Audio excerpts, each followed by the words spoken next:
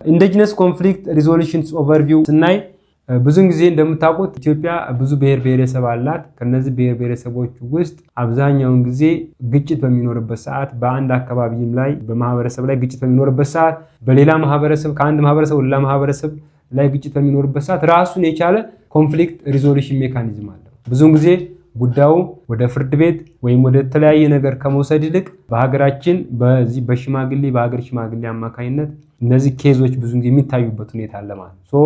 እነዚህ ኢንዲጂነስ ወይም አገር በቀል የምንላቸው ከጥንት ጀምሮ ያሉ የኮንፍሊክት ሪዞሉሽን ሜካኒዝሞች ናቸው። Let's see why indigenous methods matters. What are the importance of the indigenous practices? የምንላቸው culturally embedded and community driven ናቸው። አብዛኛውን ጊዜ የመጡት ከማን ነው ማለት ከራሱ ከማህበረሰቡ የመጡ ናቸው። The advantages of this what you call it the conflict resolution mechanism by indigenous methods ስናይ affordable and accessible ናቸው። አብዛኛውን ጊዜ they are very cheap in case of just accessing this system እዛ ሄዶ አንድ ለምሳሌ በዘመናዊ መንገድ የሆነ ክስ የመሰረተ ሰው ከፍተኛ የሆነ ወጪ ሊያወጣ ይችላል። ነገር ግን በሽማግሌ ይሄንን ጉዳይ በሚታይበት ሰዓት ከትራንስፖርትም አንፃር ከምንም አንፃር ከፍተኛ የሆነ they are affordable as well as accessible ነው። ይሄን ጉዳዩን በቀላሉ ለመፍታት የሚያስችሉ ናቸው ማለት ነው። አንደኛ ታይምም ኮስት የሚያደርገው ይቀንሳል። ገንዘብ ወይም ደግሞ ፋይናንሻሊ ያንን ጉዳይ ለማስፈጸም የሚወጣው ገንዘብ ይቀንሳል። በእነዚህ በኢንዲጂነስ ወይም ደግሞ በሀገር በቀል ኮንፍሊክት ሪዞሉሽንስ ሜካኒዝምስ ጉዳዩ የሚፈጸም ከሆነ ከፍተኛ የሆነ ጥቅም አለ። ከታይምም ከኮስትም ከተለያዩ ጥቅሞች አንፃር ነው። ፎከስ ኦን ሪኮንሲሊዬሽን ኤንድ ኖት ፐኒሽመንት። አብዛኛውን ጊዜ በእነሱ የሚሰጠው ፍትህ ምንድነው? ይቅር መባባልና በቃ ያንን ያለፈውን ነገር ትቶ ሌላ አዲስ ነገር መመስረት ነው እንጂ ይህን ስላደረግ ይህን ትቀጣለህ የሚል ሃርሽ የሆነ ወይም ደግሞ ከፍተኛ የሆነ ፐኒሽመንት አይኖርም ማለት ነው። ኮምፔር ስናደርጋቸው አሁን አብዛኛውን ጊዜ ጥቅማቸው ከፍተኛ ነው። በዚህ በዘመናዊ መንገድ ለምሳሌ የምናይበት ሰዓት ላይፍ ፐኒሽመንት ሊኖር ይችላል። እንደገና ደግሞ ረጅም ጊዜ ሴንቴንስድ ላይፍ ሎንግ የሆነ ሴንቴንስ ልትሆን ትችላለህ፣ ፕሪዝን ልትሆን ትችላለህ። ይሄ ነገር ምንድነው ማለት ነው? እዛ ቦታ ላይ አይኖርም። ምንድነው ይቅር ማባባልና ያ ነገር ድጋሚ እንዳይፈጠር ያደርጋሉ። እነዚህ ኢንዲጂነስ ወይም ሎካሊ የምንላቸው የኮንፍሊክት ሪዞሉሽን ሜተዶች ማለት ኢትዮጵያ ውስጥ በጣም የተለያዩ ማህበረሰቦች ላይ የምናያቸው ናቸው። የሀገር ሽማግሌ የምንላቸው ወይም ደግሞ አባገዳ የምንላቸው ማለት ነው። ሪዱስ ሪቬንጅ ኤንድ ፕሮሞት ኮኤግዚስተንስ። አብዛኛውን ጊዜ ይሄ በቀል የምንለውን ነገር ይቀንሳል። ጀስት ይቅር ከተባባለ ሰው አብሮ ይኖራል። አብሮ የሚኖር ማህበረሰብ ይጋጫል በተለያየ መንገድ። ነገር ግን ይቅር ከተባባለ አብሮ ህይወትን የመቀጠል እንትን አለ ማለት። ስለዚህ ፕሮሞት ኮኤግዚስተንስ ወይስ ሪዱስ ሪቬንጅ የምንለው ይህን ይመስላል ማለት ነው። እንደምታዩት የኢትዮጵያ ማህበረሰብ ከብዙ ብሔር ብሔረሰቦች የተውጣጣ ነው። ኢትዮጵያ ዳይቨርሲፋይድ ኔሽን ናት።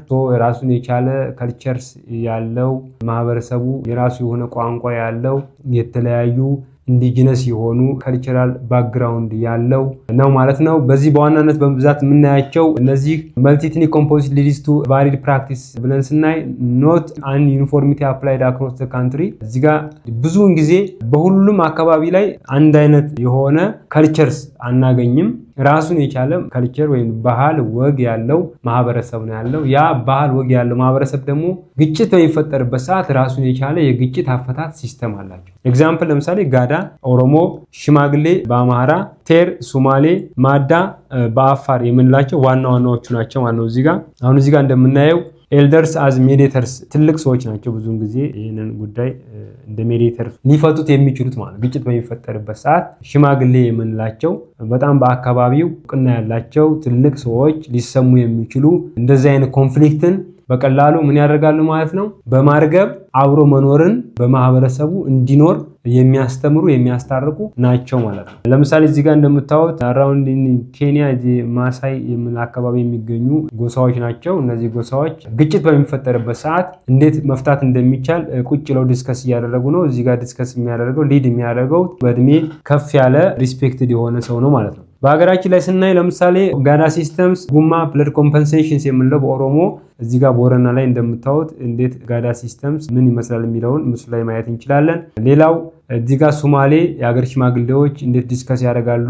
አፋር ላይ ሃው እነዚህ ትልቅ ሰዎች ወይም ደግሞ ሽማግሌ የምንላቸው ኮንፍሊክት እንዴት ሪዞልቭ ያደርጋሉ የሚለው ዋናው ነገሩ ምንድነው? እዚህ ጋር ማወቅ የሚገባችሁ ነገር ኮንፍሊክት ሀፕን ሊያደርግ ይችላል በማህበረሰቡ ላይ። ኮንፍሊክት ሀፕን በሚያደርግበት ሰዓት በዘመናዊ መንገድ ሁሉም ነገር ላይፈታ ይችላል። ነገር ግን ቅድሚያ የሚሰጠው ለማን ነው ማለት ነው? ለማህበረሰቡ። ማህበረሰቡ ራሱ ችግሩን ዋናውን ችግር በመለየት ወደ አርቢትሬሽን ወይም ደግሞ ፍትህ ወይም ደግሞ ጀስት ያንን ኮንፍሊክት ሪዞልቭ ወደ ማድረግ ይኬዳል ማለት ነው። ይሄ በዚህ ሰዓት ከፍተኛውን ሮል የሚወጡት እነማን ናቸው?